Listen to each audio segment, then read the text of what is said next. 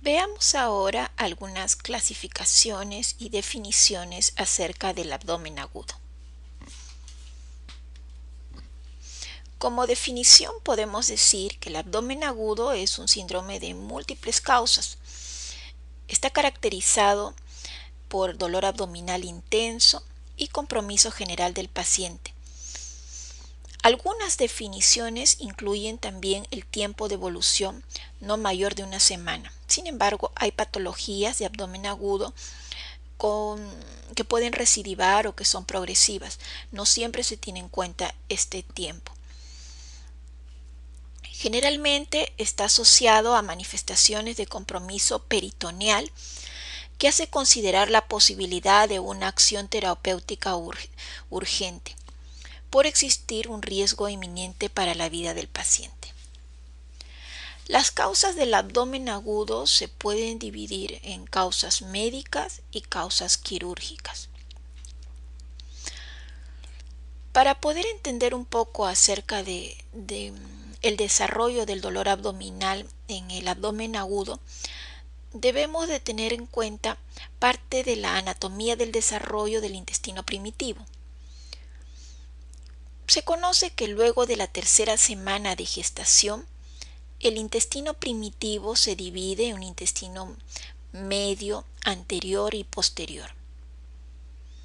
Además, que las fibras aferentes que acompañan a la irrigación proveen inervación sensorial a los órganos intraabdominales y al peritoneo visceral. Que el peritoneo parietal, la pared abdominal y los tejidos blandos retroperitoneales reciben inervación somática de raíces nerviosas segmentarias. Veámoslo en un cuadro. Antes de ello, en cuanto al intestino primitivo, aproximadamente a los 16 días, como dice en esta lámina, el saco vitelino, que se va a formar como una bolsa, que se encuentra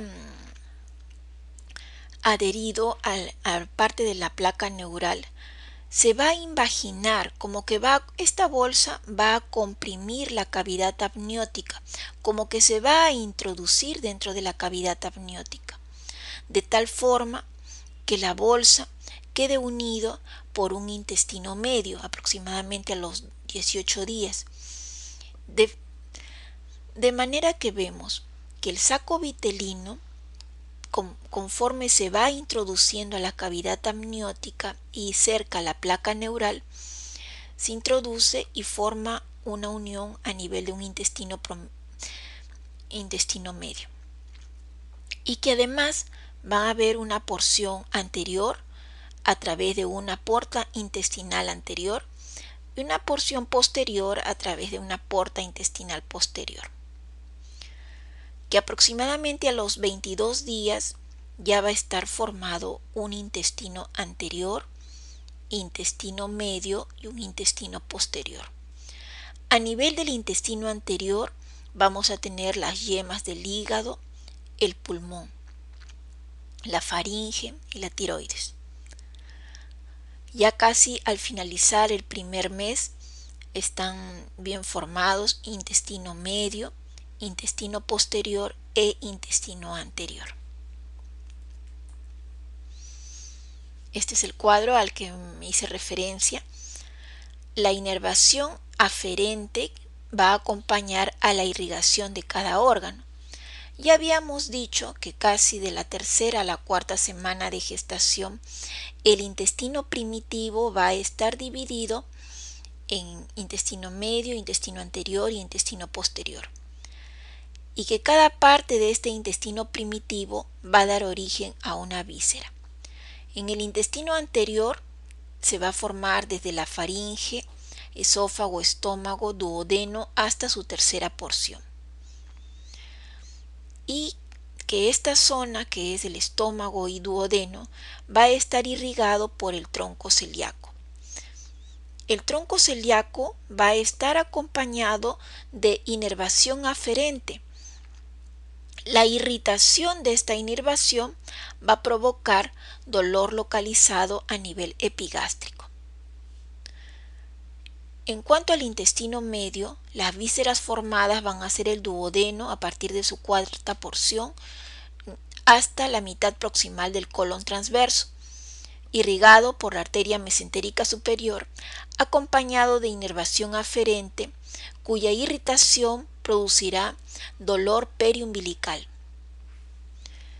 y que el intestino posterior dará origen al colon de la mitad distal del colon transverso hasta el recto, irrigado por la mesentérica inferior, y que su irritación o inflamación de la inervación aferente producirá un dolor suprapúbico. Esta localización de dolor, estamos hablando de un dolor enteramente visceral.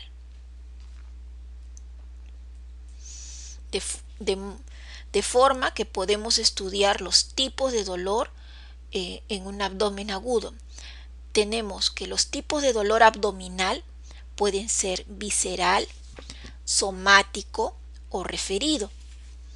El dolor visceral, que es el que vimos en el cuadro anterior, que puede ser epigástrico, periumbilical o suprapúbico, dependiendo de los nervios que vayan acompañando la irrigación de los órganos. Este dolor visceral es un dolor poco definido, sordo, mal localizado, que como ya dije puede ser epigástrico, periumbilical y suprapúbico, y que no lateraliza muy bien. En términos generales se dice que cuando hay compromiso medial es compromiso de vísceras peritoneales, y que cuando hay compromiso lateral va a comprometer vísceras retroperitoneales.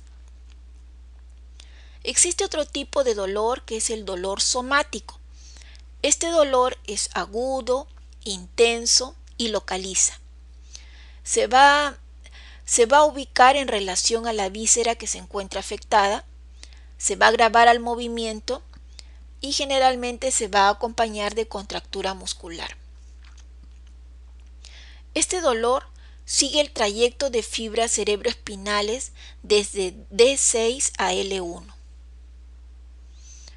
Un tercer tipo de dolor es el dolor referido, producto del compromiso de ramas nerviosas descendentes a nivel de la cervical 3, C4 y C5. Van a estimular la superficie peritoneal del diafragma y por irritación va a generar dolor a nivel del hombro, que puede ser ipsilateral o contralateral al órgano afectado.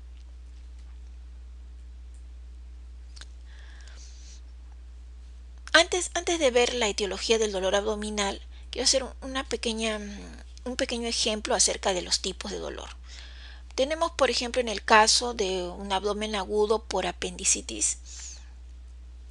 Este dolor en la apendicitis va a comenzar como un dolor mal localizado a nivel periumbilical. ¿Por qué? Porque la víscera afectada, que viene a ser el ciego, el apéndice, se encuentra a nivel del intestino medio, cuya irrigación se da a través de la arteria mesentérica superior. Entonces tenemos un dolor visceral mal localizado periumbilical.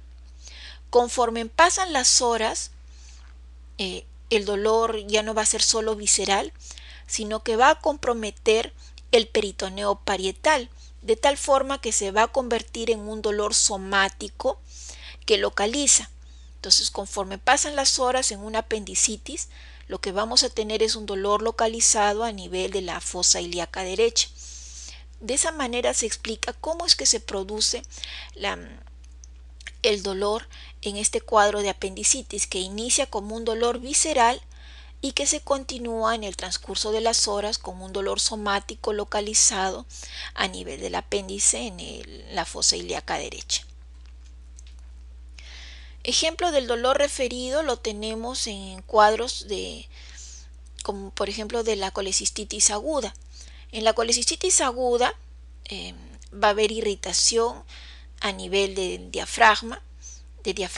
hemidiafragma del lado derecho, Y esta irritación peritoneal de la capa peritoneal que recubre el diafragma va a generar un dolor a nivel del hombro. Se observan lo mismo también en los posoperados después de una laparoscópica, como se inyecta aire o CO2 dentro de la cavidad abdominal. Este aire va a irritar el peritoneo parietal a nivel diafragmático y produce generalmente dolor a nivel de hombro o de la espalda. Veamos la etiología del dolor abdominal. La causa del dolor abdominal puede ser abdominal propiamente dicho o extraabdominal. En los casos de abdominal propiamente dicho tenemos, por ejemplo, por enfermedad de víscera hueca, tales como la obstrucción intestinal, la colitis ulcerativa, la diverticulitis o en caso de la intussuscepción. O puede ser por inflamación del peritoneo. Allí tenemos la úlcera péptica perforada, la apendicitis, la colecistitis complicada, una ruptura de embarazo ectópico, también puede ser una pancreatitis complicada, divertículo perforado o perforación de víscera hueca en general o peritonitis primaria también. Una tercera causa puede ser la enfermedad vascular. A la cabeza tenemos la isquemia mesentérica por oclusión de la arteria mesentérica o aorta abdominal. Una cuarta etiología es la torsión de estructuras de sostén, siendo la causa principal las bridas y adherencias, pero también puede darse en casos no tan frecuentes de torsión del mesenterio o torsión de quiste de ovario pediculado. Tenemos las principales causas del dolor abdominal. El dolor es extraabdominal, puede ser un dolor referido, que es, como ya dijimos anteriormente, que sigue el trayecto de los nervios de C3 a C5, o un dolor de origen metabólico causado, por ejemplo, en los casos de uremia o acidosis metabólica o intoxicación por fármacos o de toxinas. El dolor puede ser además neurógeno cuando es producido por un compromiso medular o radicular, una lesión a nivel de la médula. Asimismo, el dolor extraabdominal puede ser psicógeno, en este caso es cuando el paciente somatiza un dolor. En cuanto a la clínica, la clínica del abdomen agudo va a ser predominantemente el dolor abdominal intenso. Se puede encontrar además asociado a la palpación un signo de rebote positivo, que son lo más característico de la clínica del abdomen agudo. El dolor abdominal puede tener algunas características específicas. Por ejemplo, ser cólico, producto de lesión o alteración a nivel de una víscera hueca o por contracción intensa de la víscera. Puede ser tipo ardor, urente, generalmente irritación de mucosa, que puede ser de esófago en el caso de esofagitis o de estómago en el caso de una gastritis. Puede ser un dolor gravativo de tipo presión, pesadez, es generalmente por distensión progresiva de órgano sólido. O puede ser penetrante, un dolor tipo hincada, que se presenta sobre todo en lesión de víscera hueca. Además del signo de rebote a la palpación, la exploración física debe incluir una inspección sistemática de orificios herniarios, sobre todo buscar pequeñas hernias que a la ectoscopía no se ven, por ejemplo la hernia crural, que es frecuente en mujeres. También hacer un tacto rectal. Si hay dolor, puede indicar patología anexial en la mujer. En cuanto a los exámenes auxiliares, es básico realizar un hemograma, hemoglobina, hematocrito. Si encontramos un hemograma con leucocitosis y desviación izquierda, esto quiere decir que hay un proceso infeccioso y debe tratarse de un abdomen agudo infeccioso, que probablemente sea quirúrgico. Si hay un descenso en la hemoglobina o en el hematocrito, en controles seriados, es posiblemente que se trate de hemoperitoneo o de un sangrado de víscera sólida. El examen de orina es importante para descartar infección urinaria. La infección urinaria también es una causa de abdomen agudo médico. Las amilasas y las lipasas están indicadas para el diagnóstico de pancreatitis aguda. En la radiografía simple de abdomen podemos encontrar los niveles hidroaéreos que nos podrían estar indicando una obstrucción intestinal o aire en las cúpulas diafragmáticas en la radiografía de pie que nos estaría indicando un neumoperitoneo. En la ecografía hay signos específicos que nos van a ayudar a hacer el diagnóstico de colecistitis aguda, como son el edema de pared, una pared mayor de 5 milímetros, ya nos está indicando edema, o signo de doble imagen de pared de vesícula biliar, también nos está indicando una colecistitis aguda, la presencia de cálculos, la presencia de ecos internos o de una bilis con ecos internos o también de pus. Son signos que pueden verse en la ecografía. Además nos ayuda en los casos de cuando no se cuente con una tomografía para hacer el diagnóstico de pancreatitis. Se va a ver un edema del órgano del páncreas que puede alcanzar a 3-4 veces su tamaño normal. En algunos casos es posible ver también el apéndice como un órgano inflamado con un doble contorno. En conclusión, la ecografía de urgencia puede diagnosticarnos colecistitis aguda, aerobilia en casos de una fístula colecisto-duodenal, un tumor hepático, pancreatitis aguda, la ruptura de vaso, un absceso o una ruptura de embarazo ectópico. La tomografía nos va a ayudar a poder dar el diagnóstico también en el caso de colecistitis aguda, en los casos de pancreatitis, también puede diagnosticarse pielonefritis, abscesos intraabdominales, procesos inflamatorios, plastrones apendiculares o plastrones diverticulares.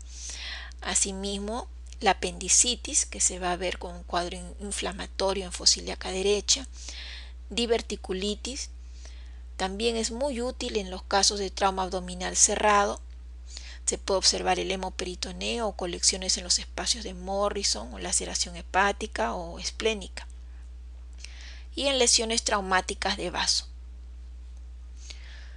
Otro estudio importante es también el lavado peritoneal. Se dice que si instilamos al hacer una paracentesis, un suero fisiológico y tenemos como resultado del examen más de 100.000 glóbulos rojos por milímetro cúbico, esto ya es diagnóstico de hemoperitoneo.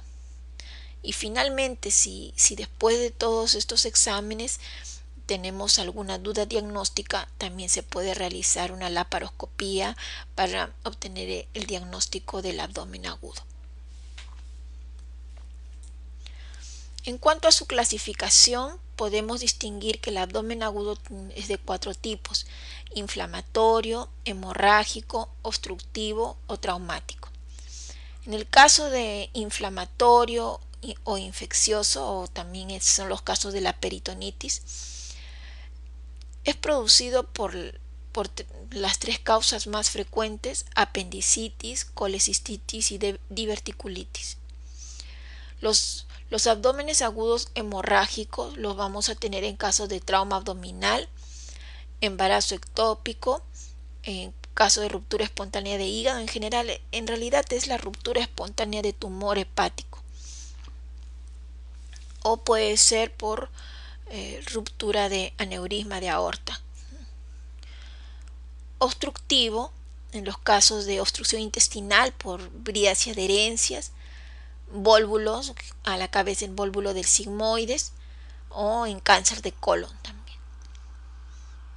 Actualmente, como ya se están haciendo más frecuentes los traumas, los accidentes de tránsito o la violencia social, actualmente hay también en la clasificación el abdomen agudo traumático, que puede ser que cuando implique lesión de víscera hueca será además un abdomen agudo inflamatorio que produzca lesión de víscera hueca, o puede ser traumático, lesión de víscera sólida, que va a producir generalmente un abdomen agudo hemorrágico. En cuanto a su manejo, el paciente con un abdomen agudo debe hospitalizarse para poder ser observado. En cuanto a las medidas generales que deben tenerse de primera instancia, es la colocación de una sonda nasogástrica, sobre todo en los abdómenes agudos obstructivos, sonda vesical para ver si el paciente está bien hidratado o si no hay una buena perfusión renal, catéter venoso central, también para ver cómo está su presión venosa central. Se debe iniciar una cobertura antibiótica y lo mejor es que un mismo equipo quirúrgico lo evalúe en varias oportunidades para poder tener una idea de cómo va evolucionando el cuadro del abdomen agudo. Las funciones vitales deben tomarse de manera horaria y luego de que el paciente se encuentre compensado, ya se pueden empezar a realizar los exámenes auxiliares que vimos en la lámina anterior para poder llegar a un diagnóstico más preciso. Y finalmente, si después de todo esto hemos concluido de que el paciente requiere una cirugía, la cirugía será una laparotomía exploratoria. Entonces, en el enfoque del abdomen agudo, vamos a tener, después de haber hecho nuestro examen físico, la sintomatología, el examen físico, haber realizado nuestros exámenes auxiliares, ya sea exámenes de sangre, de orina y los estudios por imágenes. Finalmente, después de todo ello, yo voy a concluir que el abdomen puede requerir una operación de inmediato en los casos de abdomen agudo quirúrgico, o que requiere que se reevalúe para tomar una decisión que puede ser operar o no operar, o que definitivamente no se debe operar porque está contraindicado, quiere decir en el abdomen agudo médico. ¿Cuándo un abdomen agudo es necesariamente quirúrgico? Existen condiciones en las cuales definitivamente hay que operar. Cuando el paciente presenta neumoperitoneo, quiere decir que hay ruptura de víscera hueca, por lo tanto es quirúrgico. Cuando hay un hemoperitoneo, que generalmente se debe a una lesión o una alteración a nivel de víscera sólida, y ante un hemoperitoneo se debe operar. En los casos de obstrucción intestinal, generalmente es como en la diapositiva anterior, hay que reevaluar para tomar una decisión. No siempre al primer diagnóstico de obstrucción intestinal se opera, pero si en las reevaluaciones el paciente continúa obstruido, o que tiene un débito por sonda nasogástrica muy alto, o que este débito tiene características de secreción fecaloidea, en ese caso es seguro que es una obstrucción intestinal que requiere una laparotomía. En los casos de peritonitis generalizada, generalmente a la cabeza la primera causa, la apendicitis aguda complicada. En segundo lugar, la diverticulitis. En tercer lugar, la colecistitis aguda perforada, complicada y perforada. En la peritonitis postraumática, que puede ser por trauma abdominal cerrado o por trauma abdominal abierto, o por generalmente trauma por proyectil de arma de fuego, van a dar lesiones de peritonitis postraumática, es también quirúrgico. En los casos de ruptura de aneurisma de aorta abdominal, esta patología aguda es también quirúrgica. O cuando hay compromiso hemodinámico del paciente que no responde al tratamiento médico. En ese caso se pueden realizar una laparoscopía diagnóstica o mejor una laparotomía de frente para poder saber qué es lo que pasa en el paciente. Hay algunas condiciones especiales en el abdomen agudo, por ejemplo el abdomen agudo de la gestante. En este caso existe dificultad para el examen físico debido al crecimiento uterino. El aumento de tamaño de útero va a hacer que algunas de las vísceras, sobre todo las vísceras huecas, se puedan movilizar y variar la localización del órgano. Por ejemplo, en la apendicitis aguda, que se presenta en 1 de cada 1500 gestantes y con una frecuencia similar en los 3 trimestres. Este apéndice topográficamente pudiera encontrarse en el hipocondrio derecho debido a que el útero desplaza el apéndice y el ciego hacia la parte superior o subhepática. Y el dolor generalmente es en hipocondrio derecho, que podría ser confundido a un dolor por colecistitis aguda. Abdomen agudo en el embarazo pueden deberse a la cabeza, a apendicitis aguda.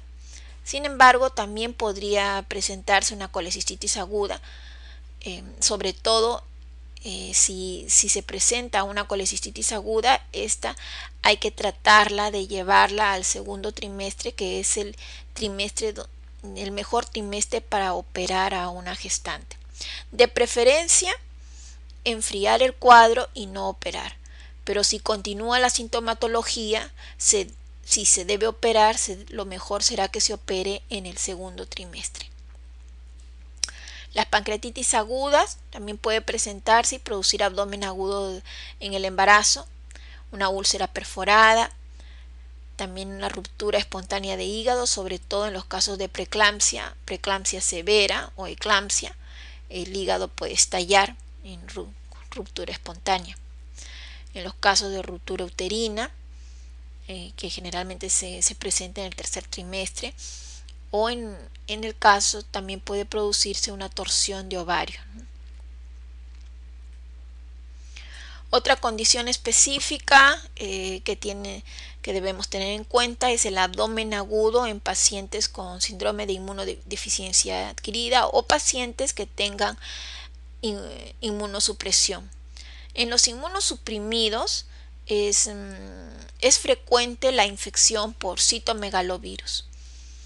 Y la infección por citomegalovirus va a producir tres cuadros clínicos. Un cuadro clínico de úlceras, producir úlceras a nivel gástrico o a nivel de esófago. Puede producir sangrado también en el tracto gastrointestinal o puede perforar una víscera hueca, en cuyo caso está indicada la cirugía, solo en la perforación. Los dos anteriores se debe tratar de realizar tratamiento médico. No es lo mejor operar a un paciente con citomegalovirus porque todo el tracto digestivo se va a encontrar inflamado y puede tener una mala evolución posoperatoria. Ahora veamos algunas causas, mencionemos algunas causas de abdomen agudo médico. Tenemos la peritonitis bacteriana espontánea, Esta peritonitis puede presentarse en patologías como la cirrosis hepática, cuando hay ascitis a tensión. Esta puede producir una peritonitis bacteriana. En términos generales, la fisiopatología de la peritonitis bacteriana espontánea es que esta puede ser de origen hematógeno, venir de una infección por vía sanguínea, o por traslocación bacteriana hacia la cavidad abdominal, generalmente cuando ya hay líquido peritoneal, como es en el caso de la cirrosis, cuando se produce la ascitis. O sea, una ascitis infectada puede producir una peritonitis bacteriana espontánea. Generalmente este tipo de peritonitis son monobacterianas y puede presentarse en adultos, en niños, o en pacientes también que se realizan diálisis peritoneal, que tienen su catéter de diálisis en el peritoneo y por manipulación puede infectarse. Nuevamente regresemos al cuadro. Otra causa de abdomen agudo médico es la anemia falciforme, conocida también como drepanocitosis. Esta anemia es una enfermedad autosómica recesiva, como recuerdan, donde se altera la síntesis de la hemoglobina. Vamos a tener lo que es la hemoglobina S y células en media luna.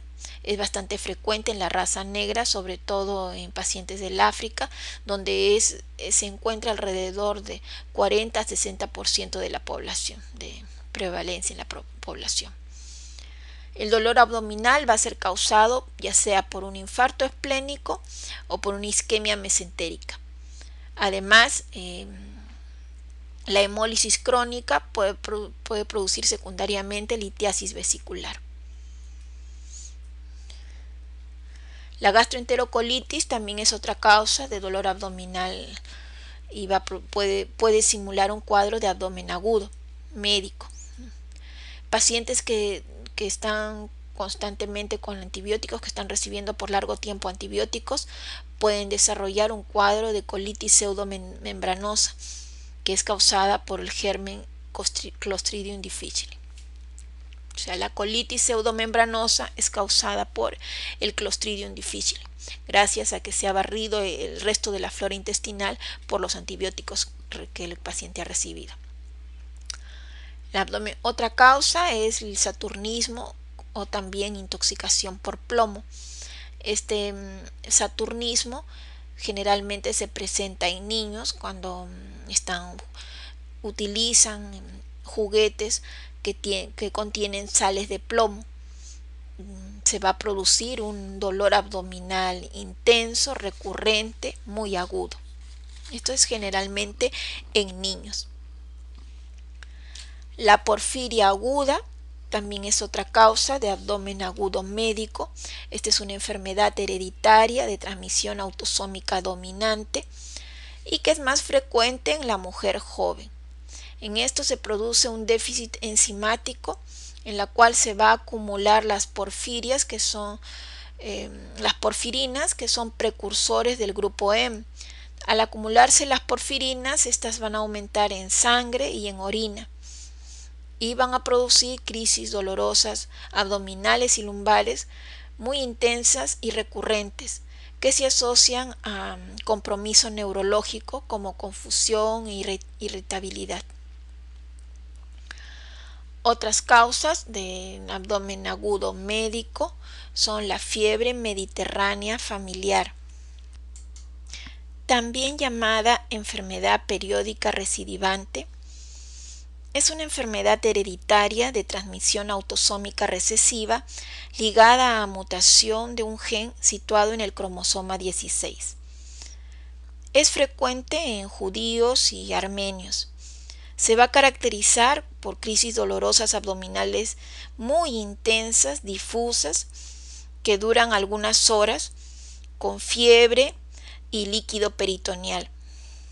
Los factores desencadenantes pueden ser el frío o el estrés, o un estrés muy fuerte psíquico. Muchos de estos pacientes con esta fiebre mediterránea familiar son operados se realiza una laparotomía y son causas de laparotomías llamadas en blanco, porque lo único que se va a encontrar a la macroscopía, los hallazgos operatorios, es un proceso inflamatorio o una hiperemia de todo el tracto digestivo, los intestino delgado, estómago, duodeno. O también puede producirse como un cuadro de obstrucción intestinal. Sin embargo, hay que hacer una diferenciación, porque algunos de estos pacientes, como han sido operados por una laparotomía y se ha producido laparotomía en blanco, y como esta enfermedad es periódica, el dolor puede regresar, pero la siguiente operación puede que se deba a una obstrucción intestinal por vías y adherencias de la cirugía previa.